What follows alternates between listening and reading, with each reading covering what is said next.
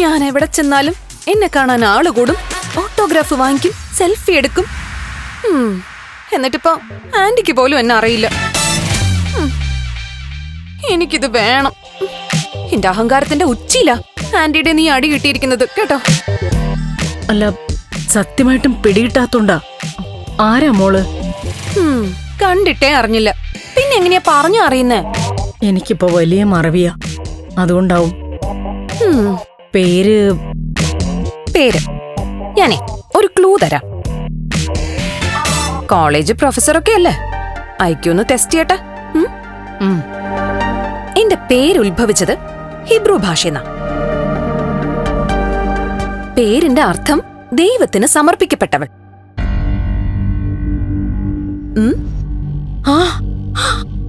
Isabella.